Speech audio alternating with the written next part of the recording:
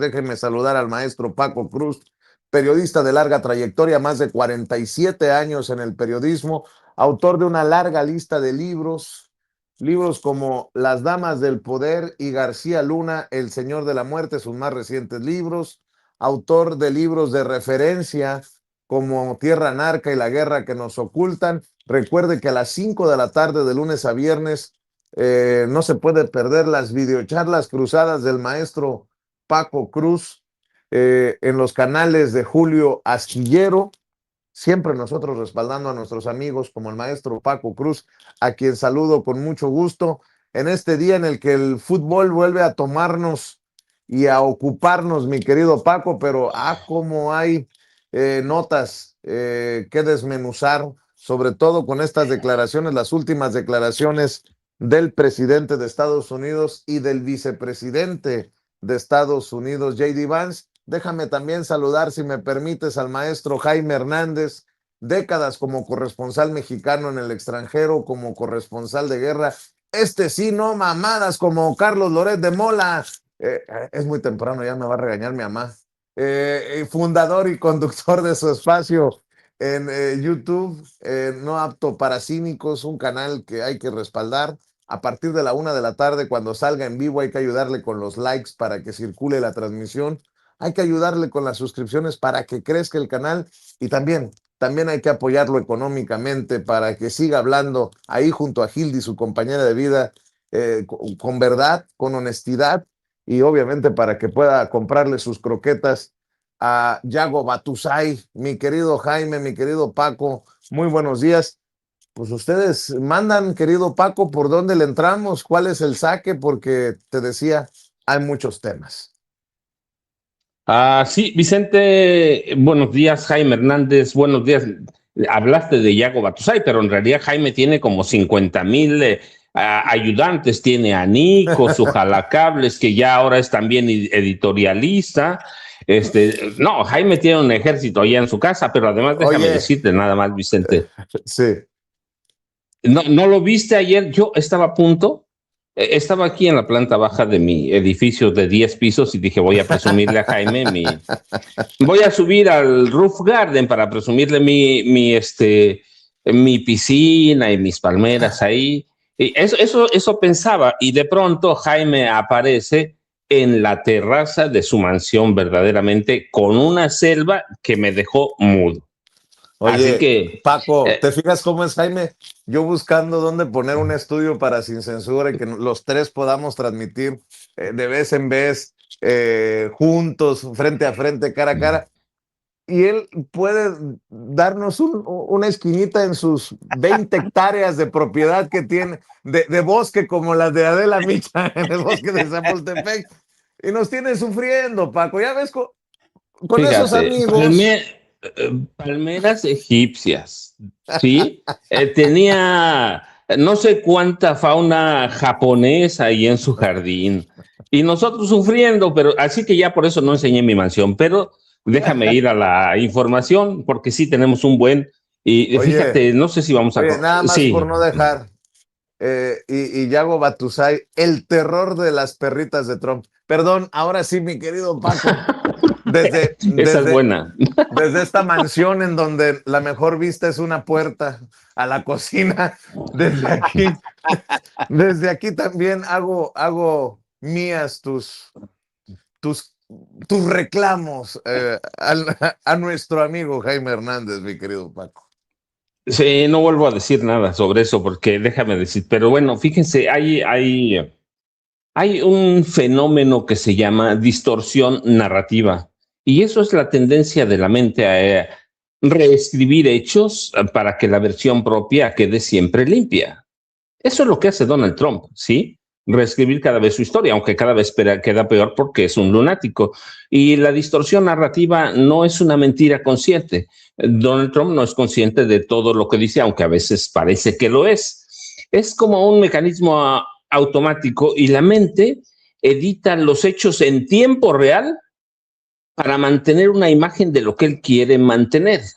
Dice, preferiría que no se firmara, por ejemplo, el TEMEC, el Tratado México, Estados Unidos, Canadá, cuando en realidad, cuando la realidad te pide que que debes firmarlo, sobre todo ahora que ha capitulado, con firma y todo, capitulado la peor derrota de Estados Unidos en una guerra. La peor, no hay otra cosa. Y su mente, la mente de Trump en esta distorsión narrativa, omite lo que le incomoda y amplifica lo que justifica, lo que él quiere justificar. Y va rellenando los huesos. El resultado es que tenemos una historia, o él tiene una historia que es un desastre, por más que no la quiera ver en su distorsión narrativa. Y eso me lleva para decirles cuántas veces ha amenazado Trump con intervenir militarmente en México. Se las voy a contar porque además las tengo escritas. Por lo menos 20 veces. 20 desde el inicio de su campaña, que lo llevó a su segundo mandato en la Casa Blanca y que inició el 20 de enero de 2025. Las amenazas se han centrado abiertamente en el combate a los cárteles de la droga. Y claro, la imposición de aranceles comerciales que ya dejamos de lado. Y en esas 20 veces, bueno, ahora sumamos también un par por lo menos de J.D. Vance, el vicepresidente de Estados Unidos. En esas más de 20 ocasiones, nos han querido convencer que va a haber una incursión armada, porque no podemos, pero el que negocia con los cárteles es él, es decir, está distorsionando para que se acomode la narrativa a lo que él quiere decir.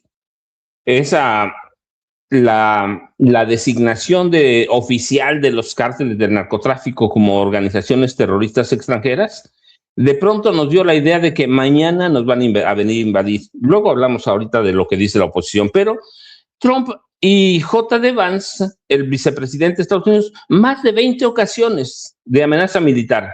Ahora, ¿por qué todo esto?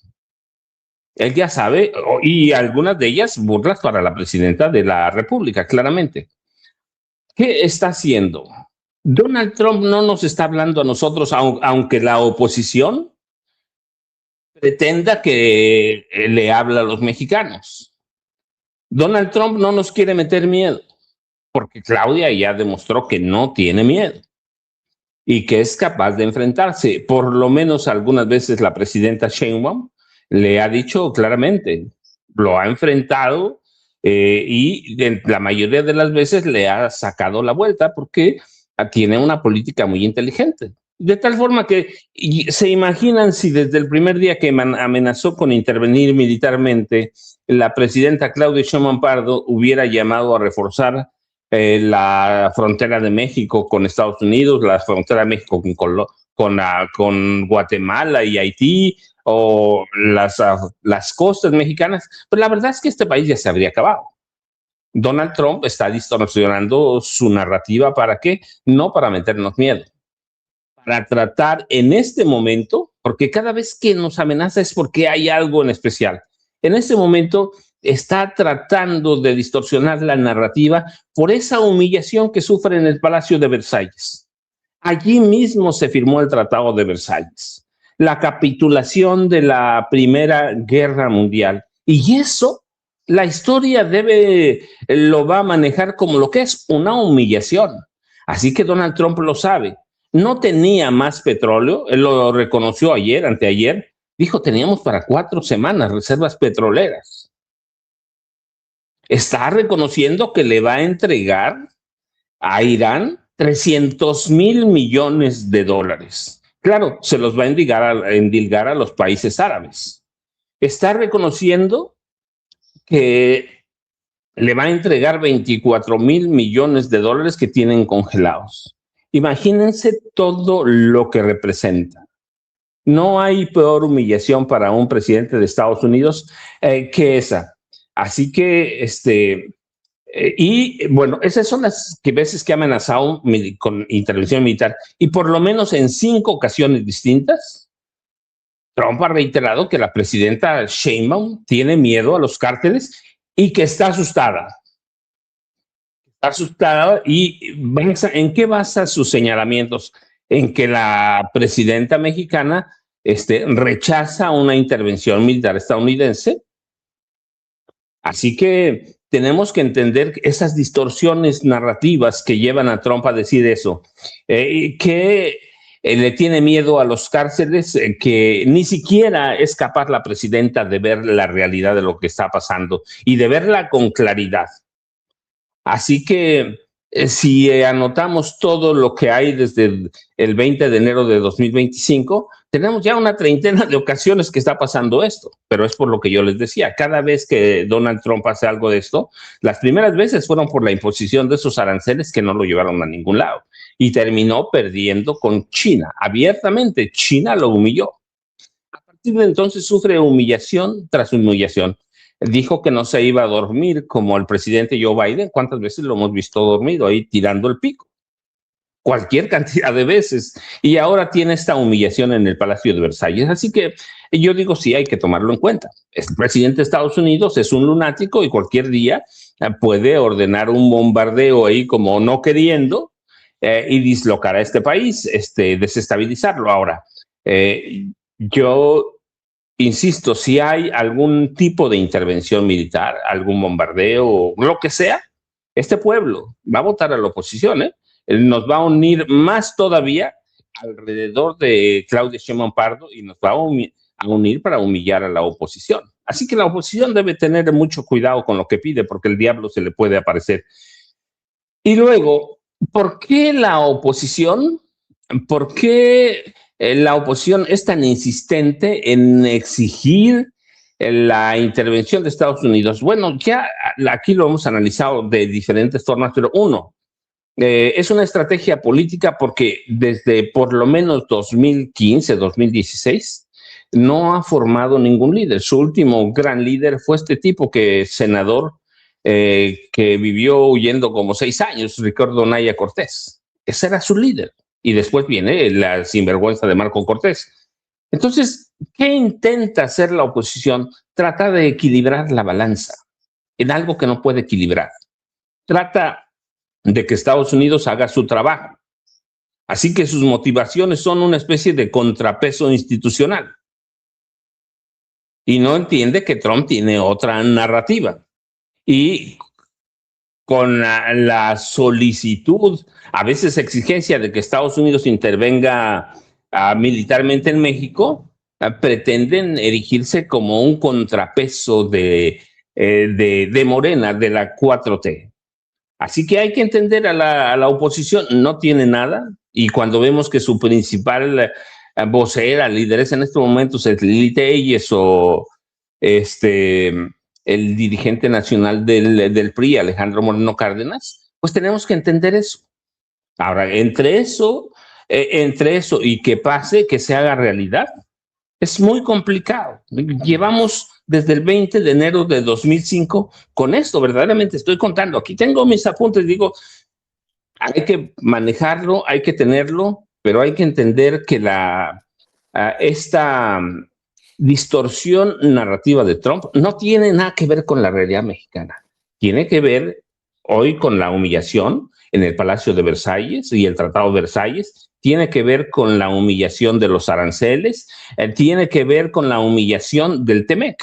Él dice que no lo necesita, ¿no? La verdad es que Estados Unidos sería mejor sin ellos. ¿Qué decía de Irán? Tenemos petróleo, hombre. Estamos negociando el petróleo iraní, tenemos reservas para no sé cuántos tiempo. Anteayer dijo, tenemos reservas para 4 semanas, tenemos que firmarles. Así que tenemos que entender que cada vez que Donald Trump comete un error, que es muy a menudo, cada vez que se siente humillado, distorsiona la narrativa para amenazarnos, pero en realidad no nos está amenazando a nosotros. Lo que está haciendo es tratando de que el mundo vea otra cosa que él quiere que vea y que no veamos las humillaciones que sufre cada vez que hace algo, que es muy a menudo Vicente y Jaime. Mi querido Jaime Hernández, hable hoy o calle para siempre. No, yo quisiera empezar porque, claro, ya se sienten los primeros efectos del acuerdo firmado ayer por Donald Trump. Y uno de ellos es que ya está transitando y está transitando en el estrecho de Hormuz. Estas son imágenes en tiempo real. Ya hay el tráfico de buquetanques, ya realmente se está normalizando la situación. Así es que ya comienza, y otro de los impactos también tiene que ver con la caída de los precios del galón de la gasolina en Estados Unidos. Están, según los últimos indicadores, a $4. Donald Trump necesitaba más que nadie este acuerdo de paz. Y ayer, durante una conferencia de más de una hora, eh, en la que básicamente utilizó como mínimo unas 4 frases hechas. Una, que es el primer presidente de Estados Unidos que firma un acuerdo con Irán, que es una suerte de un muro infranqueable para que Irán no construya una bomba nuclear. Este es el primer enunciado, es la primera frase. La segunda frase que repitió, de verdad, en serio, a lo largo de más de una hora, es que el acuerdo que ha firmado hoy es infinitamente más superior al que firmó Barack Obama cuando era presidente. Falso. El acuerdo que firmó Barack Obama tenía enormes restricciones para Irán, sobre todo en el control de su producción nuclear. No eliminaba sanciones, nada de eso. Ahora, en cambio, ya han sido eliminadas las sanciones, se ha creado un fondo de más de $300,000 millones para que Irán se recupere. Se reconoce el control de Irán y Omán sobre el estrecho de Hormuz. En fin, la larga lista de exigencias de Irán han sido cumplidas. Irán se convierte así en una potencia geoestratégica en Oriente Medio, para mayor preocupación de Israel, que por otro lado se sigue resistiendo a este acuerdo y sigue bombardeando algunas partes del sur del Líbano. Esto es a lo que finalmente a la postre puede dinamitar este acuerdo, que se sostiene desde mi punto de vista con alfileres, porque la posición de Israel va a seguir siendo la misma. Y vamos a ver, todo depende de la paciencia de Irán, del propio Donald Trump con su aliado Benjamín Netanyahu y del mundo con estos señores. Un efecto colateral inevitable es que ahora Donald Trump se enfrenta a una cuadrilla, un grupo de fusilamiento desde el propio Partido Republicano, que le están reclamando el haber firmado este acuerdo. Y este pelotón de fusilamiento es precisamente, está integrado por congresistas republicanos que le han vendido su alma a Israel. Son todos ellos beneficiarios de multimillonarias donaciones del gobierno de Israel para financiar sus campañas políticas. Así es que Donald Trump ha perdido de forma humillante la guerra más pues, calamitosa, peor que incluso que la de Vietnam. Nunca antes Estados Unidos había tenido esta sensación, ¿no?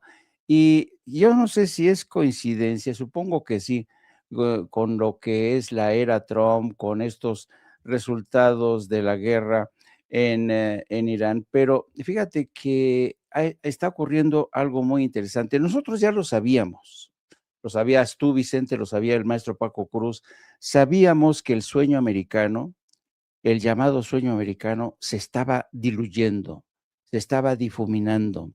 ¿Por qué? Porque ya todo aquel que cruza la frontera con Estados Unidos no tiene garantizada un futuro prometedor, ¿no? Progresar. Miren, esta es una encuesta que publica el Washington Post. Dice, una encuesta revela que la creencia de que cualquiera puede alcanzar el sueño americano se está desvaneciendo. Insisto, esto nosotros ya lo sabíamos porque nosotros somos periodistas a pie de tierra, y sabíamos del sufrimiento de la gente, sabíamos de la ilusión con que llegaban millones para hacer realidad el sueño americano, y el sueño americano ya no existe.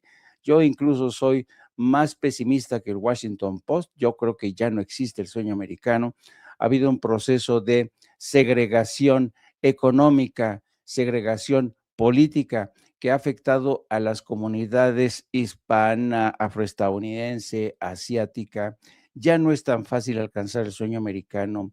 Ahora, la gente que alguna vez pensó que el sueño americano era posible se enfrenta a un ambiente de persecución, de ICE, de inmigración, a elevados impuestos, elevados costos de la vida, dificultad para hacerse con una casa por primera vez, dificultad para conseguir un apartamento con una renta razonable, toda una serie de dificultades que hacen realmente que la vida sea una pesadilla para muchos.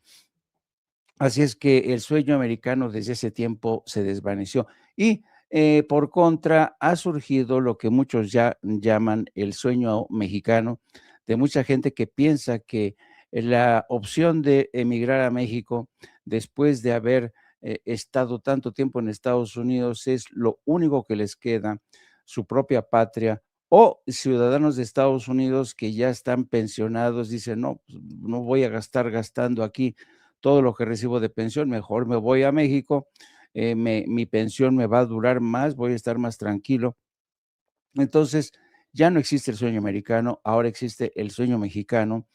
Y este sueño mexicano, por más que la oposición en México insiste en que este país es un narcoestado, se ha dado gracias a los grandes cambios que ha impulsado la Cuarta Transformación, primero bajo Andrés Manuel López Obrador y ahora bajo Claudia Sheinbaum.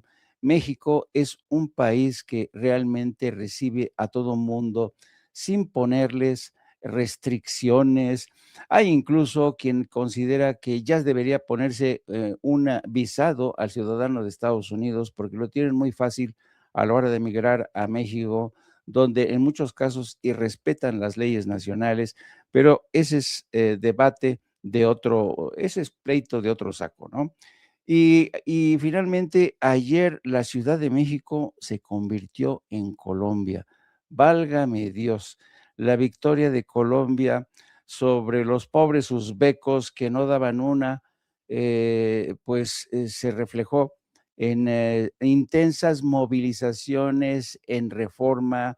Los colombianos que miran mucho a México a través de las telenovelas, a través de las canciones, a través de nuestra cultura, replicaron lo que hacemos millones de mexicanos cuando gana nuestra selección. Colombia hizo suya esta tradición mexicana y se fue al Ángel de Independencia, estaba en la zona rosa, estaba en el Zócalo. Realmente Colombia, los hermanos colombianos se apropiaron de México. A mí me da mucho gusto, ¿eh? A mí me da mucho gusto que nuestros hermanos colombianos hayan ganado frente a Uzbekia, aunque hay que decir que lo tuvieron fácil porque los pobres uzbecos realmente dieron muestras de un fútbol bastante precario, a pesar de tener a un entrenador como el señor Canavaro, que cobra más de $4 millones para entrenar a esa selección.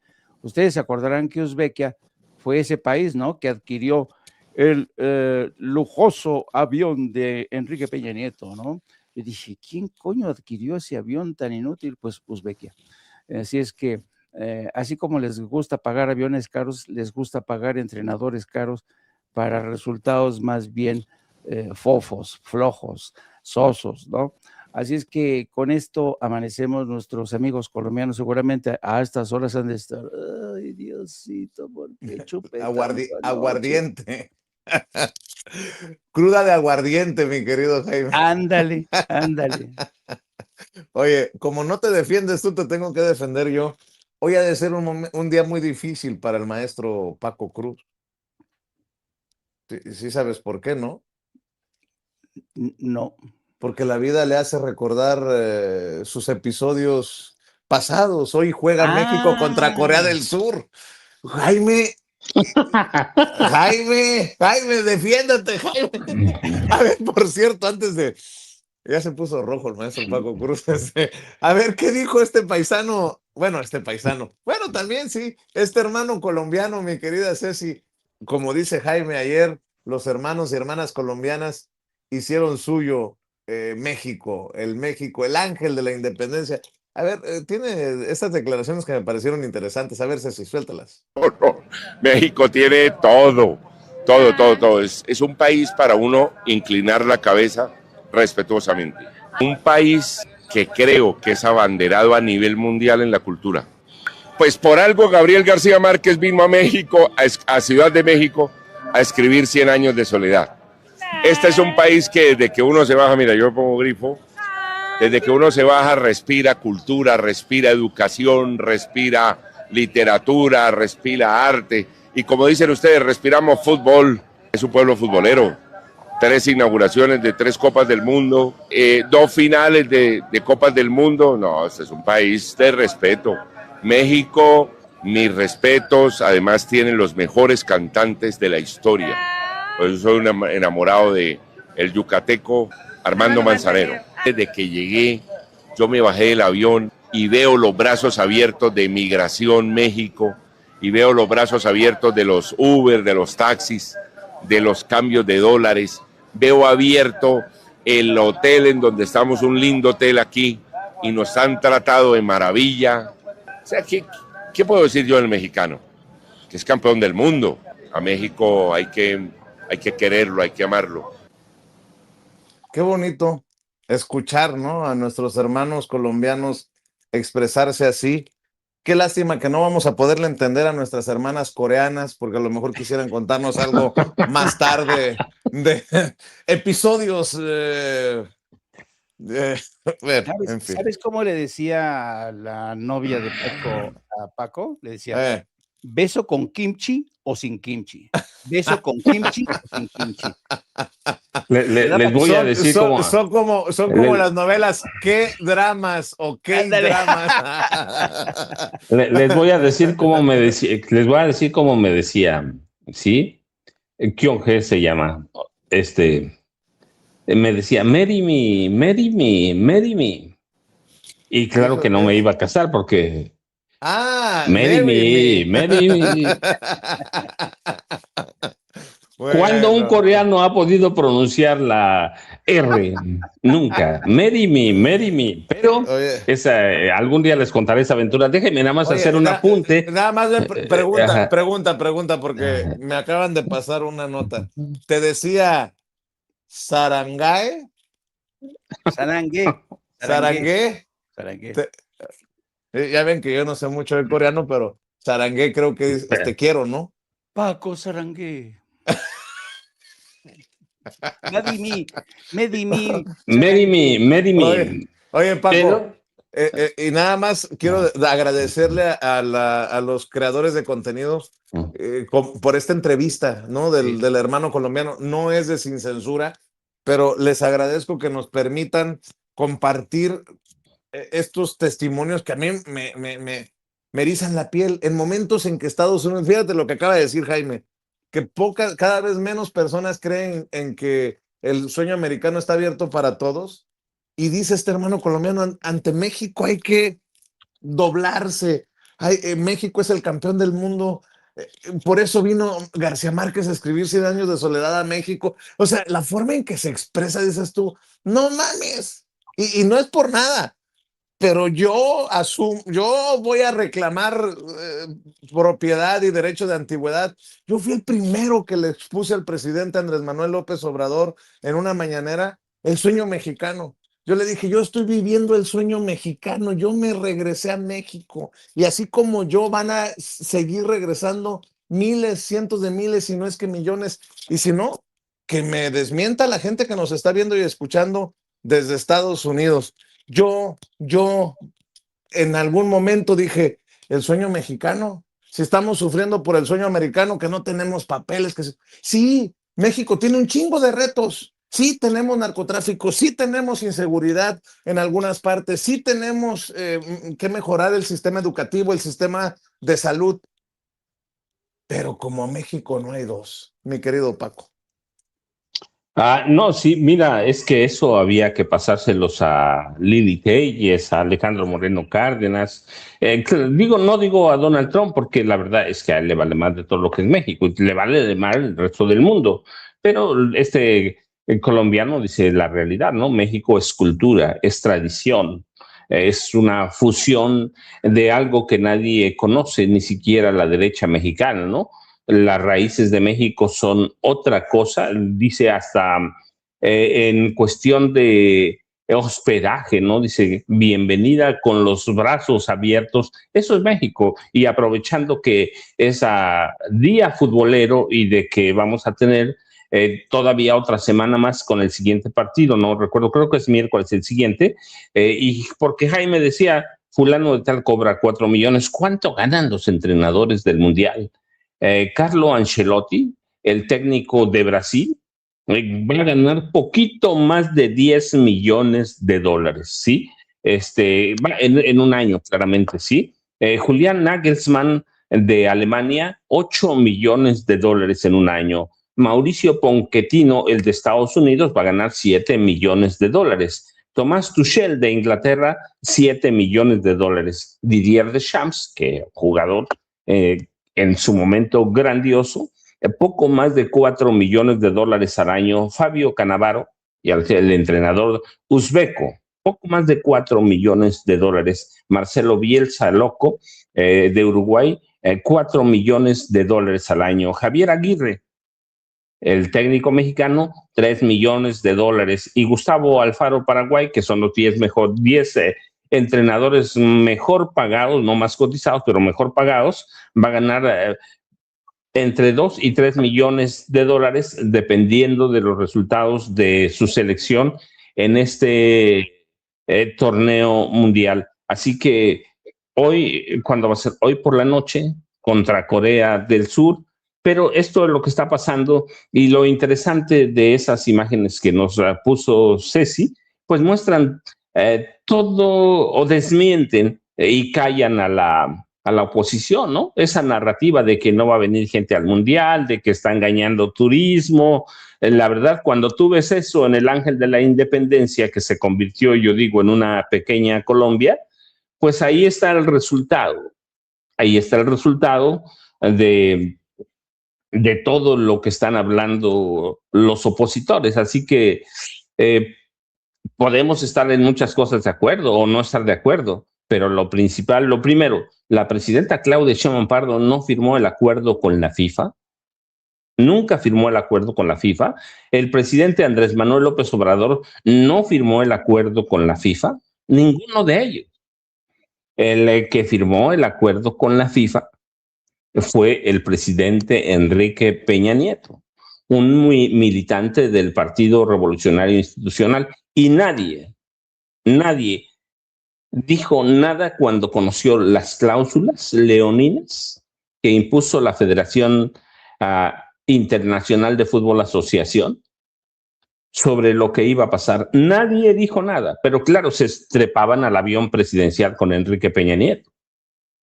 Recibían miles de millones de pesos en publicidad del gobierno de Enrique Peña Nieto, distribuidos, claro, entre todo ese grupo de periodistas ilustrados, como los llamaba Genaro García Luna. Nadie dijo nada. ¿Por qué? Porque lo firmó Enrique Peña Nieto.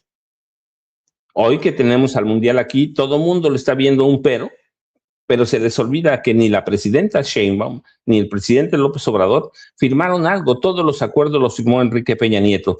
Y hoy la presidenta y, claro, los gobernadores de sus estados respectivos, la jefa de gobierno de la Ciudad de México, pues hicieron lo que se puede hacer en un torneo de esto. Y el resultado es lo que vimos en el primer triunfo de México, lo que vimos y estamos viendo en estas imágenes de la victoria de Colombia, y yo espero que sigamos adelante. Pero esta es una muestra, ¿va?, de que todo lo de la oposición, todo lo de Trump, de pronto se cae una narrativa. ¿Qué decían antes del Mundial? Que México no lo iba a poder realizar, que la violencia les iba a ganar. Bueno, aquí está, colombiano. Seguramente hay muchos mexicanos, pero colombianos, celebrando como se debe celebrar una justa mundial de esta naturaleza. Pueden ser Juegos Olímpicos, lo que sea, pero aquí está. Estamos en esta justa y están celebrando. Y el país está adelante. Y eso, lo que yo les decía al principio, cuando empezamos estas participaciones, hay una especie de distorsión narrativa para meternos en un país que no somos. Dice Vicente, tiene razón. Sí hay violencia, hay, Nunca la hemos tapado. ¿Hay cárteles de narcotráfico? Los hay, pero no hay en este momento visos de que alguno de ellos controle este país, ni siquiera un tercio. Ni siquiera un tercio. Sí hay graves, hay capos grandes, pero sobreviven. ¿Por qué? Porque también Estados Unidos quiere que sobrevivan, ¿sí? Estados Unidos llega y negocia con ellos, pero el resultado real de este país, que prácticamente veían a acabarse por las manifestaciones de la gente, los estudiantes de la normal rural de Ayotzinapa, las madres buscadoras, bueno, el país está en pie y está trabajando, y tanto que aquí estamos y hoy estamos esperando que se celebre el segundo partido de la selección mexicana, pero eso es nada más como un breviario cultural. Y luego nada más déjenme decirle, bueno, pues sí, México es fascinante por todo lo que está pasando, pero hay de pronto temas que dejamos de lado. La legislatura de Chihuahua está preparando y cocinando una reforma electoral para frenar, para frenar y sepultar la candidatura al gobierno del estado de la senadora Andrea Chávez Treviño. Ya está la iniciativa de reforma en la legislatura de Chihuahua y el objetivo es frenar a la senadora Andrea Chávez. ¿Va a pasar o no? No lo sé todavía, pero la propuesta también incluye que bastaría con una denuncia de quien sea para iniciar un procedimiento especial sancionador. Si alguien dice a la senadora Andrea Chávez le entraron dinero del narco, no van a investigar, no van a hacer nada, solo con que alguien presente una denuncia se van a caer. Pero claro, primero tiene que pasar y luego sí tiene que ser candidata, pero la iniciativa de reforma que hay en el Congreso de Chihuahua es que una mujer no pueda ser gobernadora de Chihuahua, sino que le toque a un hombre por cuestiones de paridad de género. Así que están tratando de quitarle, de frenar, como sea y con los métodos que sea, a la senadora Andrea Chávez Treviño. Vamos a ver si pasa. Yo digo que sí. Finalmente, la gobernadora María Eugenia Campos Galván controla la legislatura de Chihuahua y ella fue la que ordenó presentar hace un par de semanas esta iniciativa de ley que ya está en el Congreso de Chihuahua, Vicente y Jaime. Hay que pedirle a la gente que nos está viendo y escuchando que nos ayude con los likes. Likes en esta transmisión. Ayúdenos con los likes. Muchas gracias por apoyarnos en Sin Censura TV. Por favor, si le quitan el like, vuélvale a dar like, suscríbase, active la campanita para ver si estos cabrones de YouTube de una vez por todas envían las notificaciones cuando estemos transmitiendo en vivo y en directo o estemos subiendo videos. Gracias a Vale Lira, a Aurora Sabina, a Laura Guzmán, a Miriam Citeca allá en Monterrey, Nuevo León, a Lalo 4684, a José Wong Bañuelos, a Marta Cortés, a Miriam M3671, a Isabel Chong, gracias a Sol Martínez, a Betlis 007, a Narciso Sánchez, a Martín Soto, Morrison Herrera, gracias a Fermín Cruz, a Dianuskis, gracias a Franklin Arevalo, gracias a Daniel Romo, a Marta Alonso, a Marga Campos, Morrison Herrera, ya lo mencionaba, gracias a todos, a Leonardo Barajas de la Torre, Ana Rodríguez, Ariana González,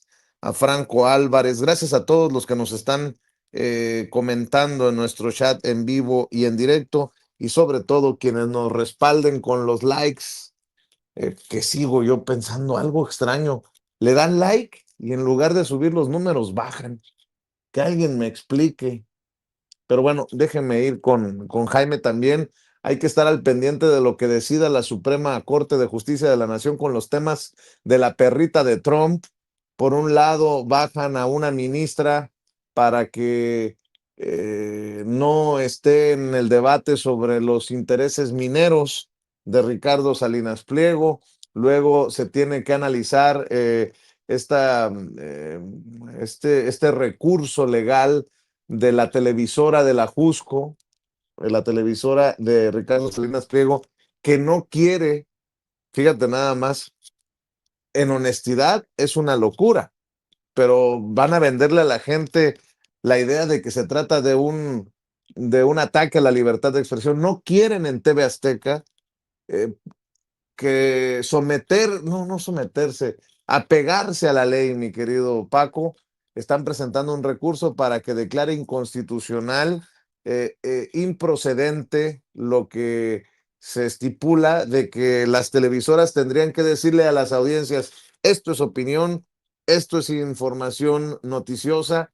Hay que estar al pendiente de esto, mi querido Jaime, porque de aquí depende pues algún tipo de saneamiento, de buscar un poquito de honestidad en los medios de comunicación, porque lo que han vendido por mucho tiempo televisoras como TV Azteca y Televisa es opiniones disfrazadas, no, sí, opiniones disfrazadas de noticias, ¿no? Y la realidad es que muchas veces estas opiniones disfrazadas de noticias van de acuerdo a los intereses del dueño de la empresa. Mi querido Jaime, más lo que tú quieras en esta segunda vuelta. Sí, yo creo que es urgente que haya una regulación para las televisoras que han utilizado, que han convertido los canales de televisión, sobre todo TV Azteca, que lo hace de forma más abierta.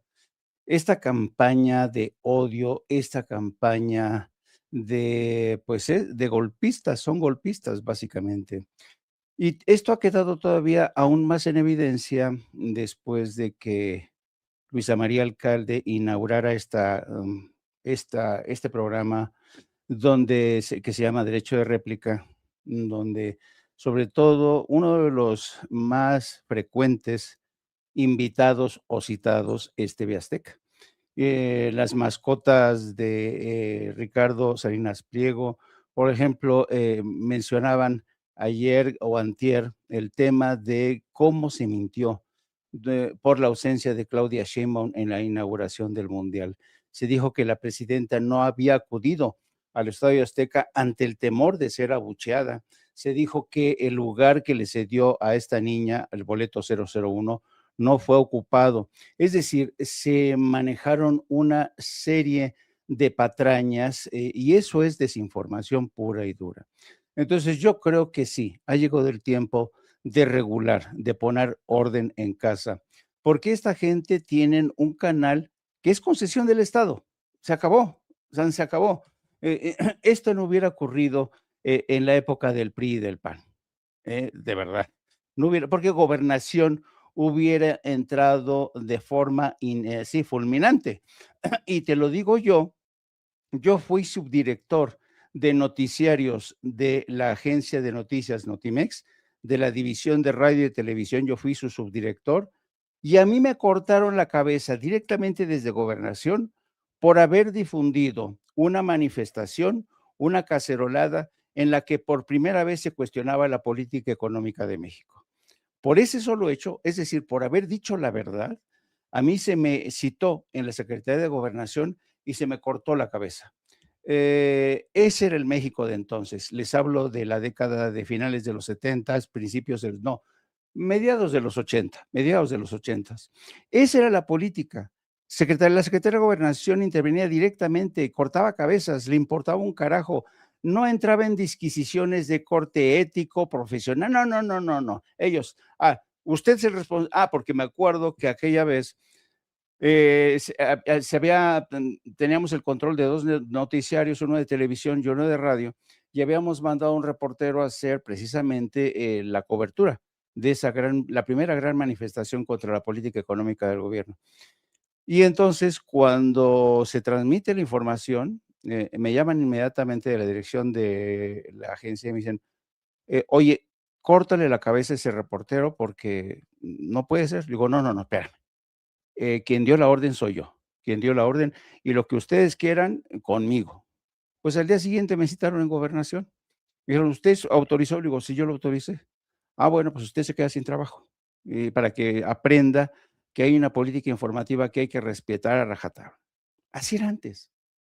Ahora hay demasiadas consideraciones, demasiada indulgencia a personajes como Ricardo Salinas Pliego, que arremete, pero en serio, contra el Estado mexicano, contra la presidenta de México, contra funcionarios de la 4T. ¿Puedo, Dime. ¿Puedo decirte algo para meterle pimienta y sal a esto que estás diciendo? Claro. Mientras en Brasil al hijo de Bolsonaro se lo van a recontrachingar por traidor a la patria, por andar pidiendo la intervención de Estados Unidos para que salvaran a su papito. Nosotros todavía nos andamos ahí como retorciendo de que qué hacemos con las Lili Telles. Mariana Gómez del Campo hace unos días publicó otro video desde Washington, la sobrina de Margarita Zavala y de Felipe Calderón. Ay, ¿qué hacemos con Alito Moreno? ¿Qué hacemos?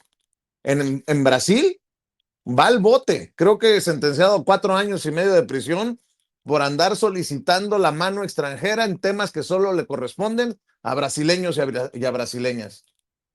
¿Y nosotros aquí qué? Perdón, por lo que estás diciendo, pues, Jaime. No, Dices, es eso. Es que ahí sí es válido extrapolar. Ahí sí es válido extrapolar y decir. Y ayer en su rueda de prensa, en Ginebra, poco antes de partir a París, le preguntaron al presidente Trump, oiga, ¿qué opina usted de la decisión que tomó el gobierno de Brasil de pedir el arresto del hijo del señor Bolsonaro? Dice, sí, acabo de estar con él. Dice, de un tiempo acá, qué peligroso se ha convertido el gobierno de Brasil. Qué peligroso se ha convertido. O sea, reconociendo que hay un apoyo explícito de Donald Trump hacia el hijo de Jair Bolsonaro. Es decir, más evidencias del intervencionismo y de injerencia de Estados Unidos en Brasil. Y ayer, como era de esperar, el presidente de Brasil salió a la palestra y dijo, miren, yo he estado callado hasta ahora, porque el presidente se metió con Colombia, dije, yo no soy ningún líder de Colombia para meterme. Se ha metido contra países de todo el hemisferio. Fíjense bien, ahora bien, no se inmiscuyan en las elecciones de Brasil. Al igual que las estadísticas, es exactamente esta posición de Brasil, que pide respeto a Estados Unidos, y a mí se me hizo una posición bastante digna de Lula da Silva, plantar cara y decir, miren, yo me he quedado callado hasta este momento, pero en esta ocasión no, porque no se vale que Estados Unidos y el presidente de Estados Unidos se inmiscuya en las elecciones de Brasil.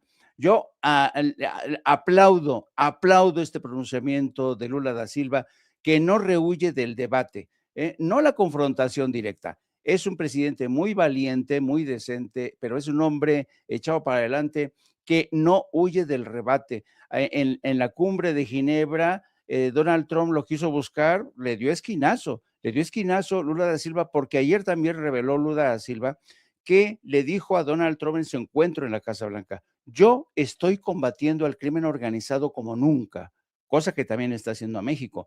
Le pasé información al presidente Trump de cómo recursos financieros llegan a esa mafia política desde Miami. Dice, pero el presidente de Estados Unidos escucha poco y habla mucho. No, fue realmente una contestación de Lula da Silva bastante importante, contundente contra el presidente de Estados Unidos. Ahora bien, porque yo creo que a veces nos dicen a nosotros que somos paleros de Morena y que no defendemos o no criticamos. Yo creo que hay que criticar cuando se tenga que criticar, tenemos esta libertad en Sin Censura, en No Apto para Cínicos, en las charlas cruzadas del maestro Paco Cruz.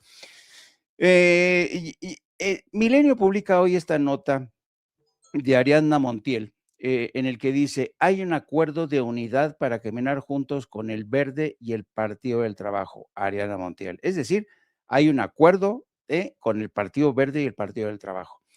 Pero, ¿qué es lo que ocurre casi siempre cuando intentan presentar un frente común? Que alguien se desentiende de este pacto, como este diputado Luis Armando Melgar, que se le ocurre defender la misma posición del PAN y del PRI para insistir que hay una narcopolítica en Morena. ¿Eso es caminar juntos? Miren lo que dijo este diputado Luis Armando Melgar. Que en esta idea de que el Verde, Morena y PT vayamos juntos, yo hoy advertí que siempre que seamos cuidadosos, porque el tema del narco y los narcopolíticos en este país son una realidad, y abanderar, ahora sí que tanto peca el que mata la vaca como el que le detiene la pata.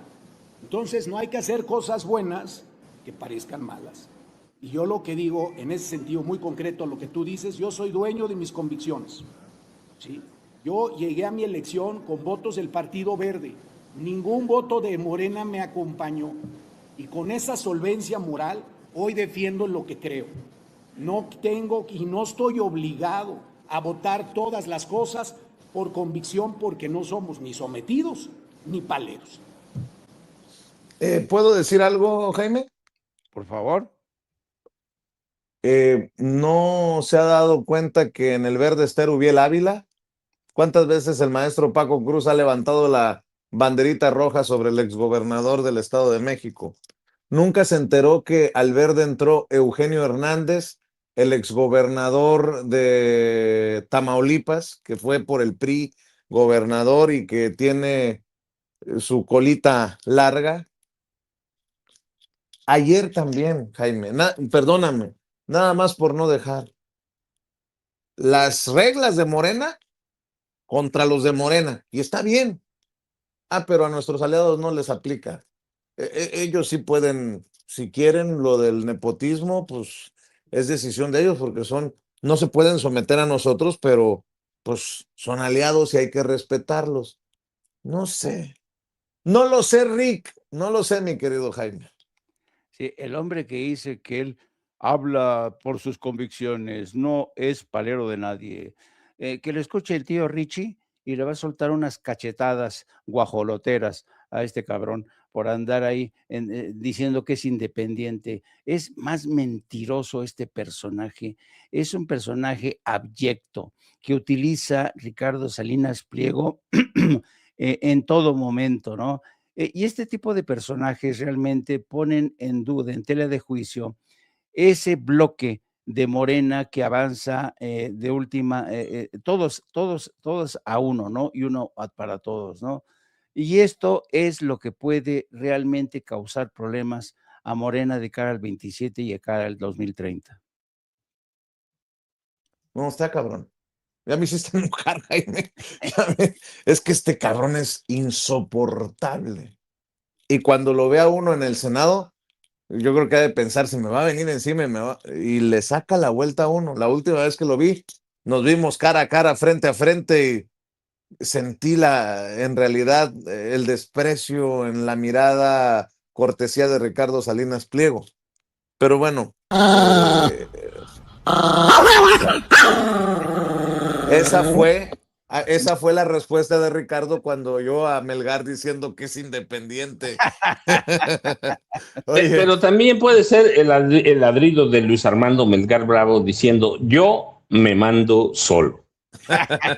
¿Sí? Oigan, a ver, lo de Brasil, poniéndolo para términos mexicanos, no es poca cosa, mi querido, sobre todo para analizarlo con ustedes, maestros, porque aquí hablamos y lo hacemos bien, creo que es importante, de soberanía nacional. La presidenta ha dado una batalla por la soberanía muy importante, el propio Andrés Manuel López Obrador. A ver, ¿qué cosas? Regresando a las declaraciones de Trump sobre Lula, pasé mucho tiempo con Lula, lo dijo allá en el G7, estamos hablando de un país políticamente peligroso. Encerraron a Bolsonaro, quieren encerrar a Bolsonaro Jr., juegan duro, pero nadie juega tan duro como los Estados Unidos. Súmale eso a un nuevo llamado del presidente Trump para que en Colombia voten por este güey de la ultraderecha, mi querido Paco.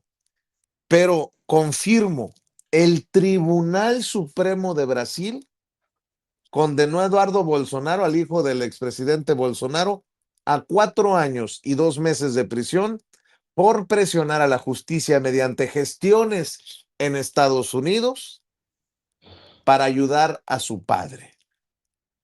Más de 4 años de cárcel por traidor a la patria. Y en México seguimos esperando, como seguimos esperando el juicio a los expresidentes, que creo que es uno de los grandes errores de la 4T. No haber puesto esa mano dura en los expresidentes que tienen una colita muy larga y que por eso perseguidos, dice Díaz Ayuso, fueron corriendo a esconderse a España. Mi querido Paco. A ver, Jaime y Vicente, olvidémonos los expresidentes. Aquí lo hemos dicho, lo hemos señalado, cuestionado, criticado. Existe el delito de traición a la patria en el Código Penal. Aquí está probado que María Eugenia Campos Galván violó la Constitución de los Estados Unidos mexicanos, violó la Ley de Seguridad Nacional. ¿Hace cuánto fue? El tema se ha ido diluyendo poco a poco. Yo recuerdo hace un par de semanas, Ricardo Monreal Ávila, el coordinador de la fracción parlamentaria de Morena en la Cámara de Diputados, defendió evitar un juicio político contra la gobernadora de Chihuahua. Hoy la gobernadora de Chihuahua está promoviendo una ley contra Morena para frenar a Morena en ese estado. Y yo digo, ¿de qué se trata? ¿De qué se trata? Hay todos los elementos. No, pues hay que esperarnos. Bueno, hay que esperarnos al año 50.320 para... hemos hablado, cuestionado y criticado que la protección de Morena, Alejandro Moreno Cárdenas, y cuando digo Morena es porque Ricardo Monreal Ávila es el coordinador. Criticamos la protección de Ricardo Monreal Ávila al exgobernador de Morelos y exseleccionado nacional Cuauhtémoc Blanco Bravo. Sí. Existen, tenemos las leyes. Está tipificado como delito. El problema es cuando hemos criticado la tibieza de Morena en ese sentido. ¿Cómo se van a quitar ahora, si pasar como parece que va a pasar, esta iniciativa de reforma electoral en Chihuahua? Si hay algo raro que está pasando en personajes como Ricardo Monreal Ávila. Lo hemos dicho no ahora, cualquier cantidad de veces. Entonces, lo que vemos en Brasil, juzgar al hijo de un expresidente que además es legislador, ha sido legislador, cuando lo vemos en Brasil juzgar a un personaje como el hijo de Bolsonaro, por traición a la patria, por solicitar la intervención de un país extranjero en su país propio. Cuando lo vemos decimos, algo raro está pasando en México. Y tenemos que decirlo, ¿cuántas veces lo hemos criticado? Muchas, no sé cuántas, pero cualquier cantidad de veces aquí lo hemos dicho, cuidado. Así que no se trata ya solo de los expresidentes, Vicente y Jaime, se trata también de todo lo que estamos pasando y lo que está pasando con María Eugenia Campos Galván. Y solo déjenme completar lo que decía Jaime y lo que decía Vicente, sí, sobre los cuestionamientos de TV Azteca. ¿Qué hizo TV Azteca? Presentó un nuevo recurso legal ante la Suprema Corte de Justicia de la Nación para impugnar una disposición de la Ley de Telecomunicaciones y Radiodifusión. Busca echar abajo la norma que obliga a concesionarios a distinguir claramente entre información noticiosa y opiniones personales. Yo recuerdo, y seguramente ustedes también, Jaime es un lector de periódicos. En este país, los periódicos, las revistas, distinguen qué es información, qué es opinión, qué es interpretativo.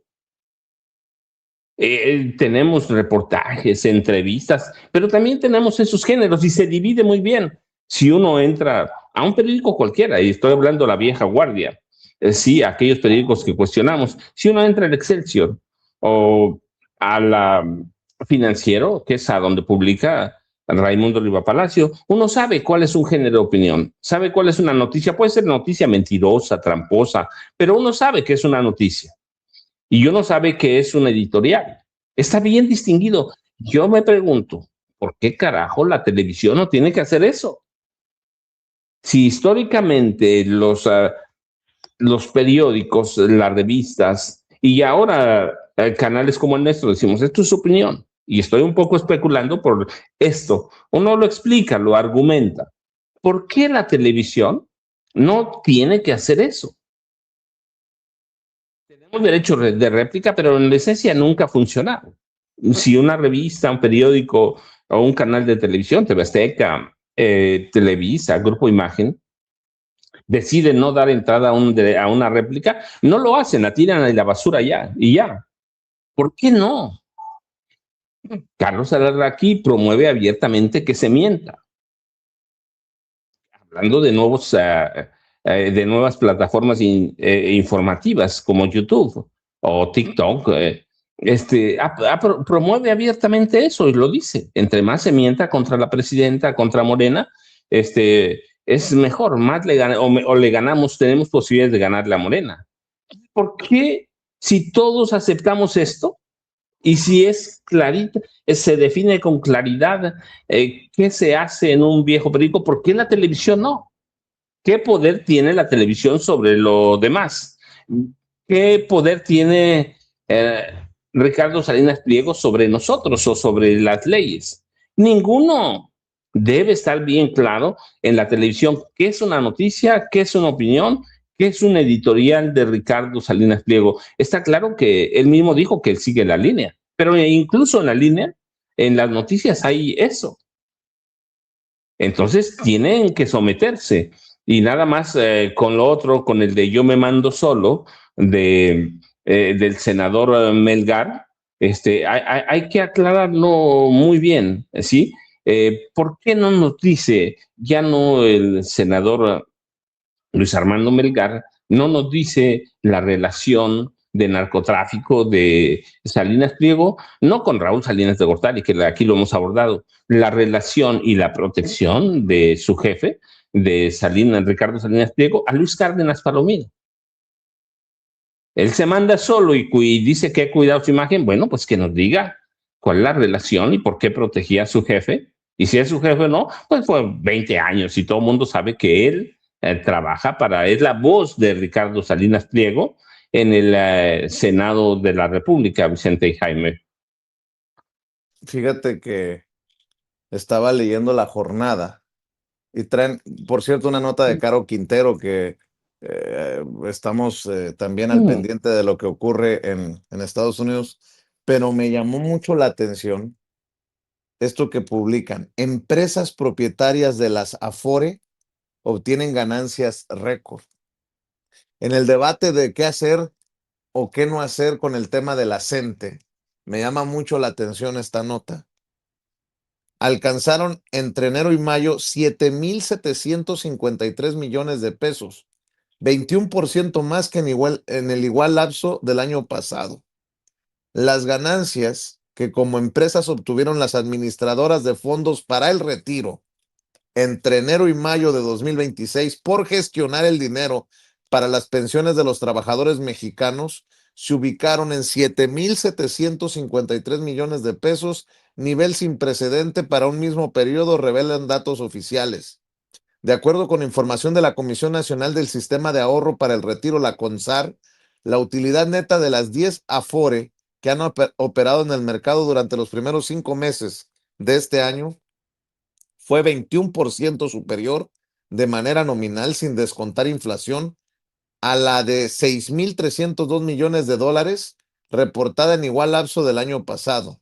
Dichas ganancias se derivan de ingresos récord de 19,000 millones de pesos entre enero y mayo de 2025, un aumento de 18% en comparación con los 16,093 millones de dólares reportados en igual periodo de 2025. Las Afores obtienen sus ingresos de resguardar e invertir los 8,900,000 millones de pesos en activos pensionarios depositados en cuentas individuales que pertenecen a 70.300.000 mexicanos, por la cual cobran una comisión anual sobre el monto administrado de 0.53%. Me urge regresar a la mañanera porque, pues, hay que plantearle a la presidenta si una de esas empresas que se beneficia, solo por mencionar al magisterio, si una de esas empresas es Azteca Afores, empresa de Ricardo Salinas Pliego. Porque si es así, es un escupitajo para los maestros. No se les, ¿cómo se le puede permitir a Ricardo Salinas Pliego no solamente en la televisora escupirle a los maestros, pero a la hora de las ganancias ganar con los maestros y sus retiros? Es una locura, pero bueno, son de los temas que hay que abordar con pinzas y con movimientos ahí delicados, porque es un tema muy delicado en la mañanera del pueblo. Mi querido Jaime, voy contigo. Sí, a mí también me llamó la atención este titular de la jornada, porque, fíjate, esta historia ya es vieja. Me refiero al negocio que de las Afore. Desde yo creo que principios del año 2000, mediados del año 2000, empezó a producirse una rebatinga de las Afores. Por ejemplo, si tú tenías tu cuenta bancaria en Banamex, en Banorte, donde fuera, casi siempre te preguntaban: "Oiga, ¿dónde tiene usted su Afore?". Dijo: "No, pues, donde siempre he estado, quién sabe qué", y te pedían autorización para jalar tu Afore, y ellos gestionaban tu Afore. De esta fue una campaña, insisto, fue una rebatinga entre los bancos. Y entonces así se fueron haciendo con un nicho de negocios multimillonario. Ahora lo destaca la jornada, pero esto ya tiene tiempo de andar, porque se descubrieron que era un gran negocio, los fondos, las Afores.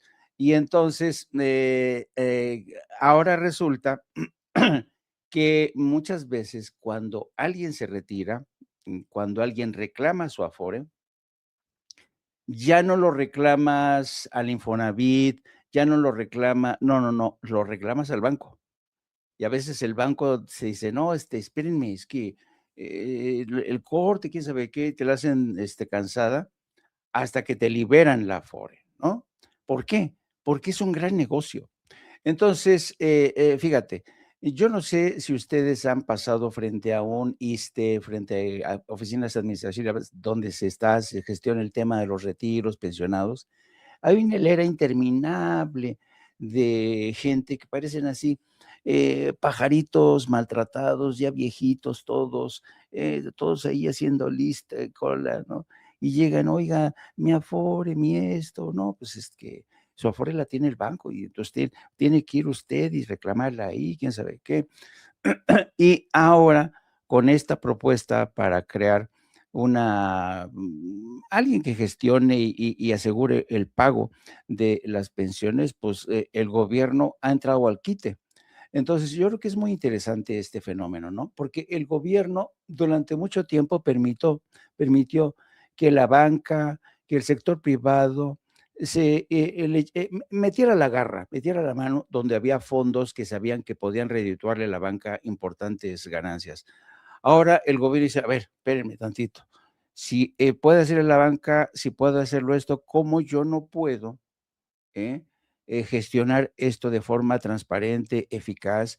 Porque incluso se llegó a dar la circunstancia de que algunas de estas Afores las jalaban, las reclamaban operadores independientes que especulaban con esto en el mercado. Entonces, cuando alguna mujer, un pobre trabajador, se decía: "Oiga, voy a reclamar", recibían la llamada de ¿cómo se llama?, gestor. Decía: "Oiga, señora, ¿segura que quiere su Afore? Deme chance, porque mire, le he dado valor a su Afore. Deme chance, no la reclame todavía. Deme 6 meses y va a tener una ganancia interesante", ¿no? Claro, la ganancia era mínima comparada con la que el gestor ya había obtenido, ¿no? Entonces, esta disputa por las Afores, hay mucho detrás de este negocio. Yo no sé cómo el gobierno no le había echado el ojo y no había puesto, y dice, a ver, tengo problemas porque la gente, los que se pensionan por el ISSSTE, que tienen pensiones realmente a veces miserables.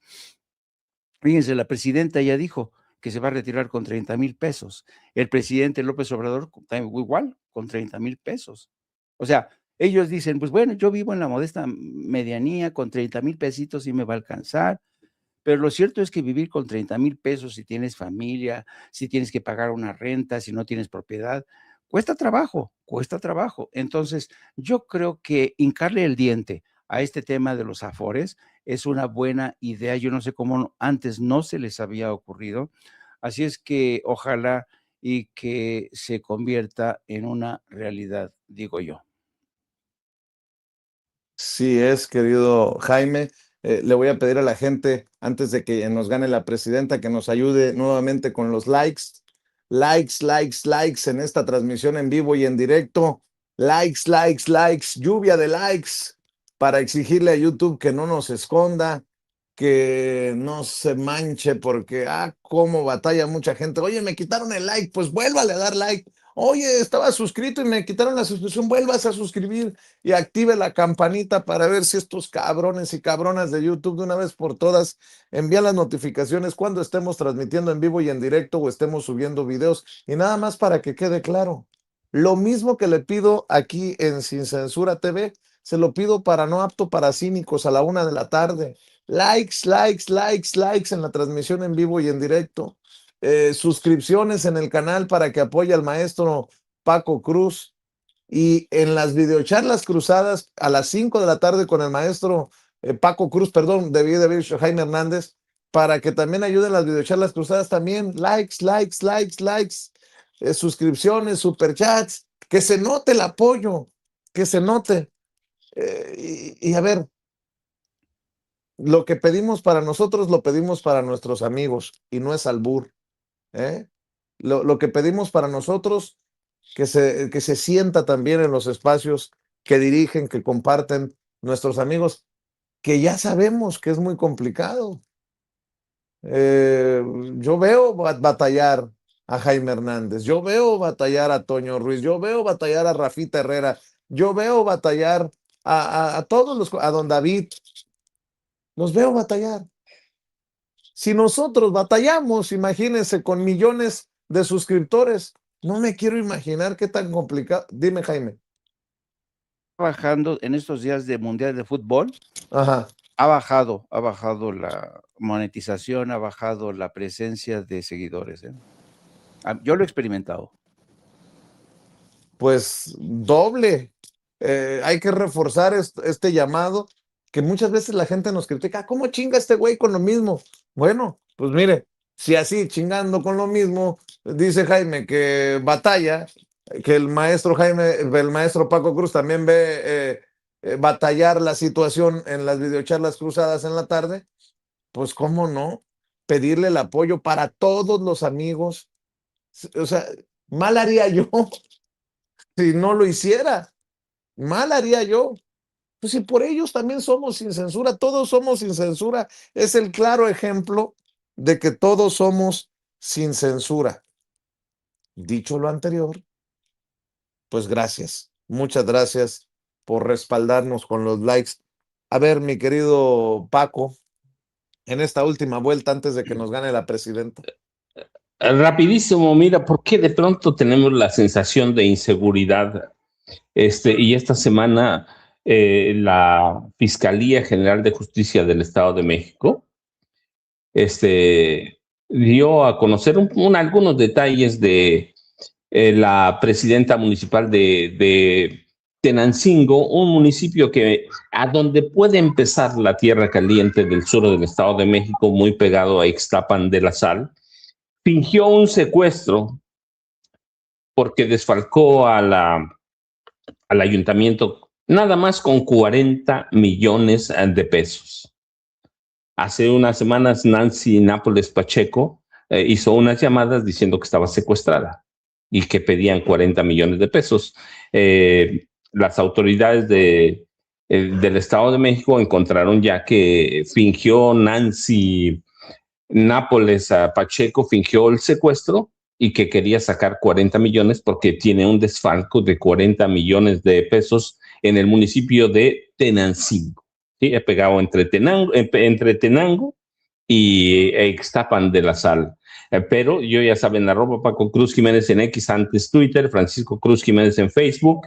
Y bueno, pues es la sensación de inseguridad que inicia por los propios, no siempre y no todos, pero cuando hay, pues cuando el río hace ruido es porque agua lleva, ¿no? Así que yo me quedo con esta reflexión, cuidado con algunos presidentes municipales, cuidado con lo que elegimos y siempre hay que estar pendientes, Vicente y Jaime. Y buenos días ya, para que Jaime se pueda despedir en esta última ronda. Espero que a las 5 de la tarde en la videocharla cruzada a lo mejor pueda despejar muchas dudas el maestro Paco Cruz de aquel drama surcoreano. No me lo estoy inventando yo.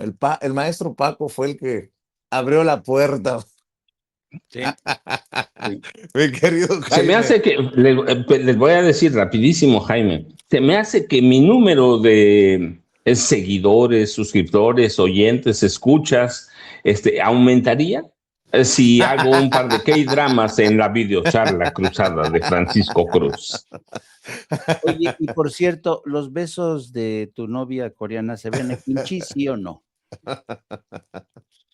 Sabían muy rico. Tan rico como el atole con tamal que se come y que se toma. No, son guisos diferentes, son guisos diferentes. Ahorita voy a salir por un atolito.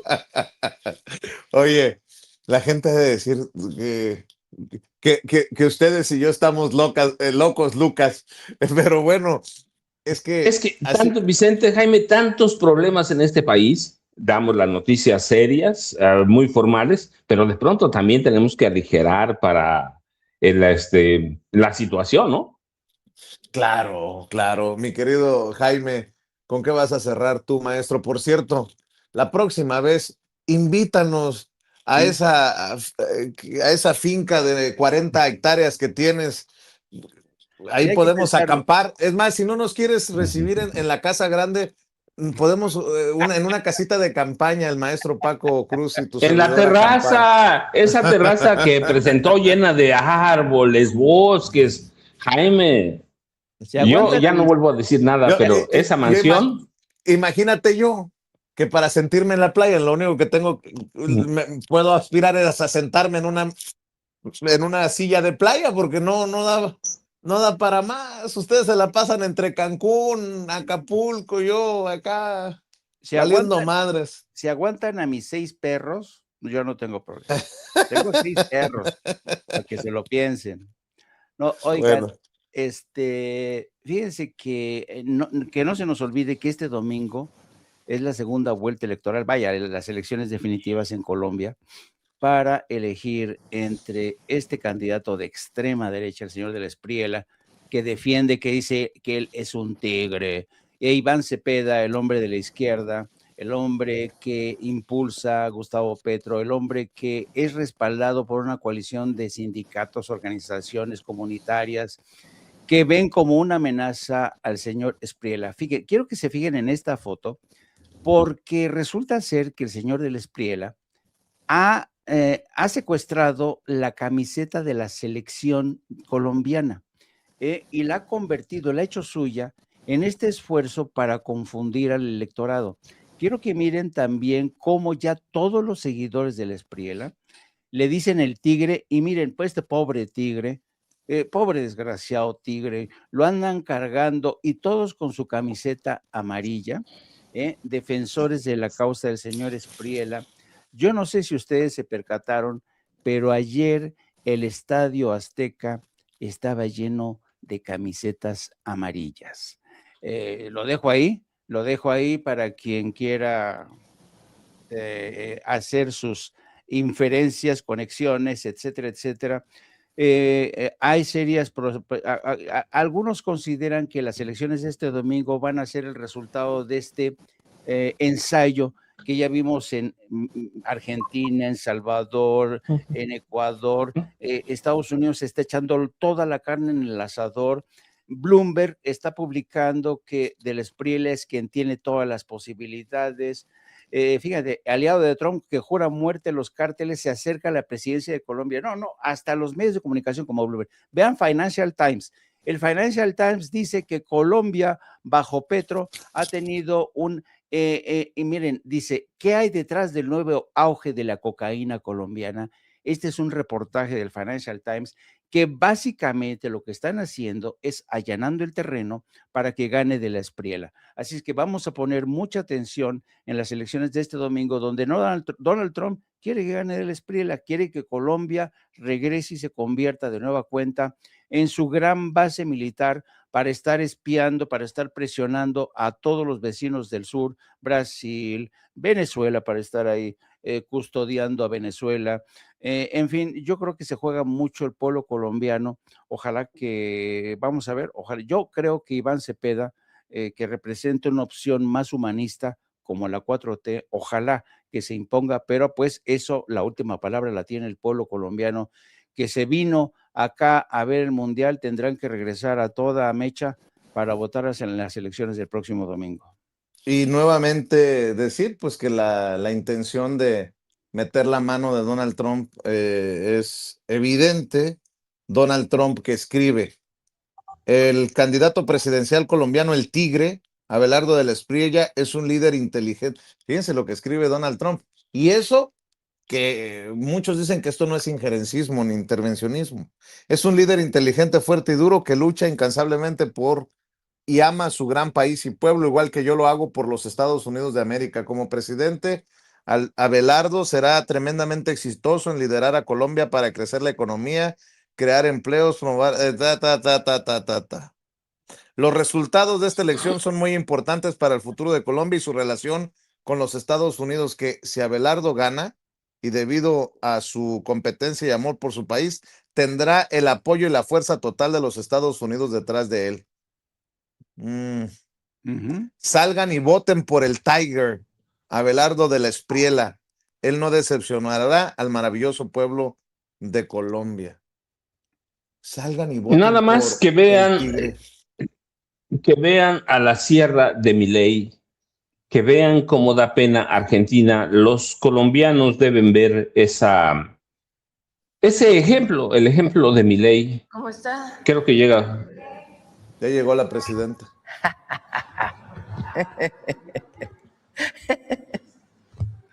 ¿Ya están listos para el partido? ¿Cómo? A ver, ¿cuál es la quiniela? A ver, vamos a hacer una votación.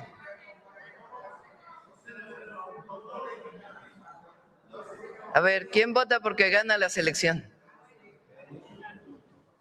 Mayoría.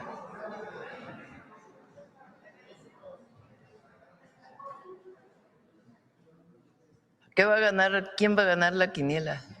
¿Qué le vamos a dar de regalo a unos balones?